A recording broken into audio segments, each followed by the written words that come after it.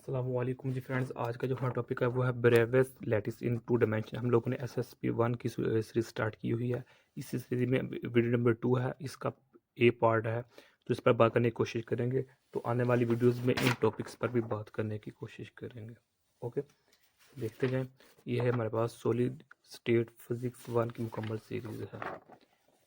तो आने वाली वीडियोस में इन पर बात करने की कोशिश करेंगे। तो आइए आज के टॉपिक को स्टार्ट करते हैं। बिस्मिल्लाहिर्रहमानिर्रहीम, सल्लल्लाहु अला मुहम्मद सल्लल्लाहु अलैहि वसल्लम। यहाँ हमारे पास सिर्फ इसका इंट्रोडक्शन है, बाकी इसकी डिटेल नहीं है हमारे आउटलाइन में।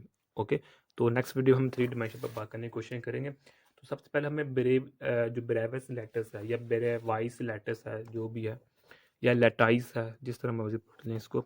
तो लैटिस को हमने वीडियो नंबर 1 में स्टडी कर लिया हुआ है। प्रिमिटिव लैटिस सेल को भी स्टडी कर लिया हुआ है। तो लैटिस ट्रांसलेशन को भी हमने स्टडी किया हुआ है। तो अब सिर्फ ब्रेविस का लफ्ज़ आ गया साथ। अब ये ब्रेविस क्या कहता है? पहली बात समझो, दो तरह की होती है, एक ब्रेविस लैटिस होती है, एक मेरे पास नॉन ब्रेबल लैटिस होती है। तो ब्रेबल लैटिस वो लैटिसेस होती हैं जिसमें एक पॉइंट से दूसरे पॉइंट इक्वलेंट नज़र आते हैं। ओके, तमाम जो लैटिस पॉइंट्स होते हैं एक पॉइंट से वो इक्वलेंट होते हैं। ओके, तो यानी कि सेम काइंड के होते हैं। जबकि जो नॉन ब्रेवस लेटस में जो होते हैं ना, सम ऑफ लैटिस पॉइंट्स वो नॉन इक्वलेंट होते हैं। ओके, तो अब जो ब्रेवस है, इसका जो एक्सल नाम था, मुकम्मल नाम था, वो ये फ्रेंच फिजिसिस्ट था और इसका नाम था अगस्टी ब्रेवस। ओके, तो इसने ये कहा था कि हम जो क्रिस्टल को हम जो 3 डिमेंशन में 14 तरीकों से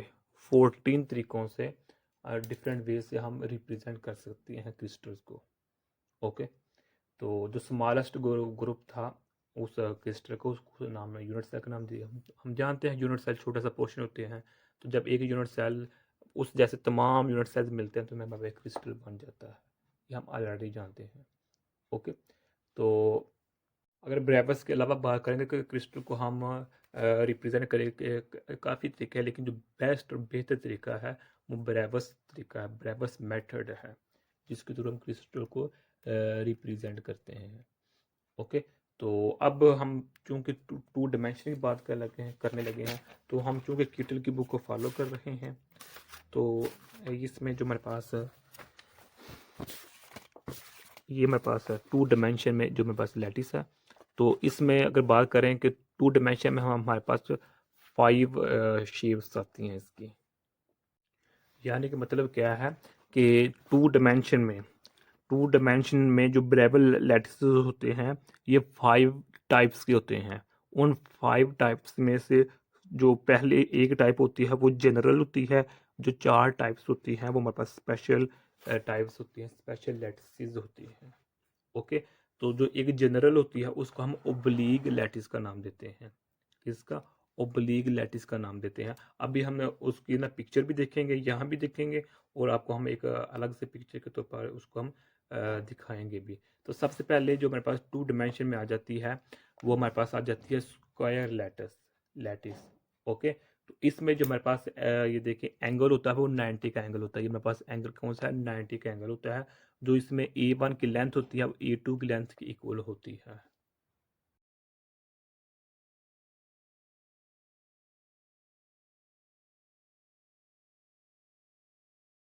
ओके, तो ये स्क्वायर लैटिस तो आपने देख लिया है, और स्क्वायर लैटिस हमारे पास प्रिमिटिव सेल भी होता है। अब ये प्रिमिटिव सेल और नॉन प्रिमिटिव सेल क्या होता है इसको हम डिस्कस कर चुके हैं ई पार्ट में। सिंपल वर्ड में यही समझे कि प्रिमिटिव सेल में जो चारों तरफ से घेरा हुआ होता है, इनक्लोज जो एरिया होता है उसको हम प्रिमिटिव सेल कहते हैं। अंदर सिंपल वर्ड सिर्फ यही समझ लें। ओके, तो अब हम बात करते हैं जो मेरे पास है ये हेक्सागोनल जो मेरे पास लैटिस है। तो जो मेरे पास हेक्सागोनल लैटिस है, इसमें देखें कि A1 और A2 यानी कि इन दोनों की लेंथ तो इक्वल है, लेकिन जो एंगल है वो 120 का एंगल है इसमें।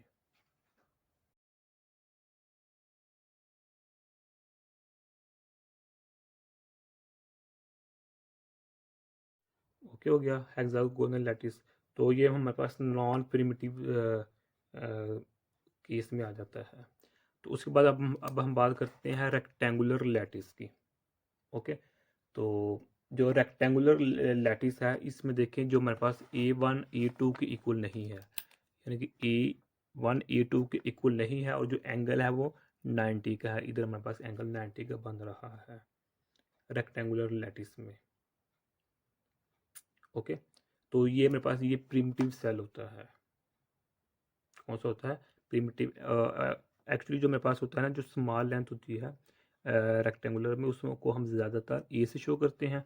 जो लार्ज होती है उसको हम ज़्यादातर बी से शो करते हैं। लेकिन जनरल हम इसको A1 A2 या इसको A1 A2 कह सकते हैं, इसमें कोई बात नहीं है।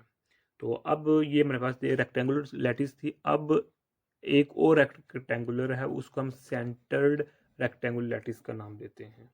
ओके, तो इसमें जो हमारे पास एक एडिशनल पॉइंट होता है सेंटर पर, बस यही फ़र्क है इसमें। इसमें और इसमें फ़र्क ये है कि इस शेप में एक एडिशनल पॉइंट होता है।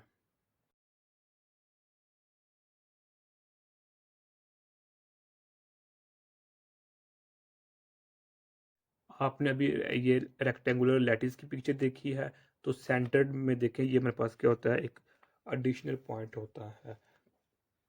तो इसमें भी जो मेरे पास A1 A2 यानी कि A1 एक दूसरे की इक्वल नहीं होती, और जो एंगल होता है वो भी 90 का एंगल होता है हमारे पास। अब आप इसकी पिक्चर देखें।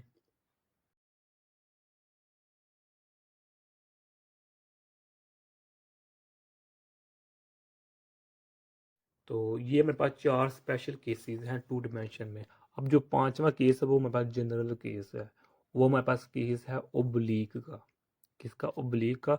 उसमें जो मेरे पास ए की लेंथ हो, A1 की लेंथ होती है वो A2 के इक्वल नहीं होती, और ना ही जो उसमें एंगल होता है वो 90 का एंगल भी नहीं होता।